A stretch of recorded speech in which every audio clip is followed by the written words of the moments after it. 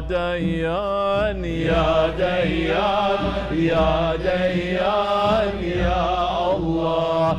Ya Deyyan, Ya Deyyan, Ya Deyyan, Ya Allah. Ya Subhan, Ya Subhan, Ya Subhan, Ya Allah. Ya Subhan, Ya Subhan, Ya Subhan, Ya Allah.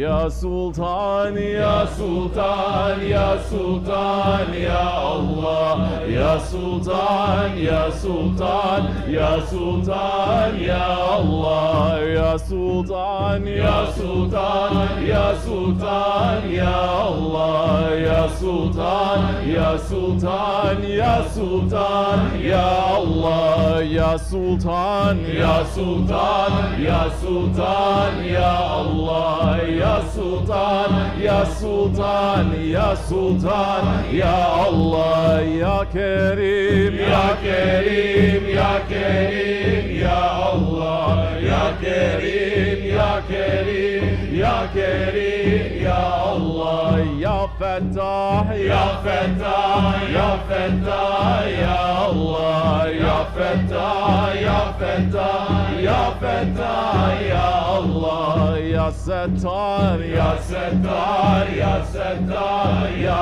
Allah. Ya Settar, Ya Settar, Ya Settar, Ya Allah. Ya Şahid, Ya Şahid, Ya Şahid, Ya Allah. Ya Şahid, Ya Şahid, Ya Şahid, Ya Allah. Ya Evvel, Ya Evvel, Ya Evvel, Ya Allah. Ya Evvel, Ya Evvel, Ya Evvel, Ya Allah. Ya Ahir, Ya Ahir, Ya Ahir, Ya Allah. Ya Ahir, Ya Ahir, Ya Ahir, Ya Allah. Ya Rahman, Ya Rahman, Ya Rahman, Ya Allah. Ya Rahman, Ya Rahman, Ya Rahman, Ya Allah. Ya Rauf, Ya Rauf, Ya Rauf, Ya Allah. Ya Rauf, Ya Rauf, Ya Rauf, Ya Allah. Ya Rahim, Ya Rahim, Ya Rahim, Ya Allah. Ya Rahim, Ya Rahim, Ya Rahim, Ya Allah. Ya Gaffar, Ya Gaffar, Ya Gaffar, Ya Allah. Ya Gaffar, Ya Gaffar, Ya Gaffar, Ya Allah. Ya Gafur, Ya Gafur, Ya Gafur, Ya Allah. Ya Gafur, Ya Gafur, Ya Gafur, Ya Allah. Ya Fettah, Ya Fettah, Ya Fettah, Ya Allah. Ya Fettah, Ya Fettah, Ya Fettah, Ya Allah. Ya Settar, Ya Settar, Ya Settar, Ya Allah. Ya Settar, Ya Settar, Ya Settar, Ya Allah. Ya Rezzak, Ya Rezzak, Ya Rezzak, Ya Allah.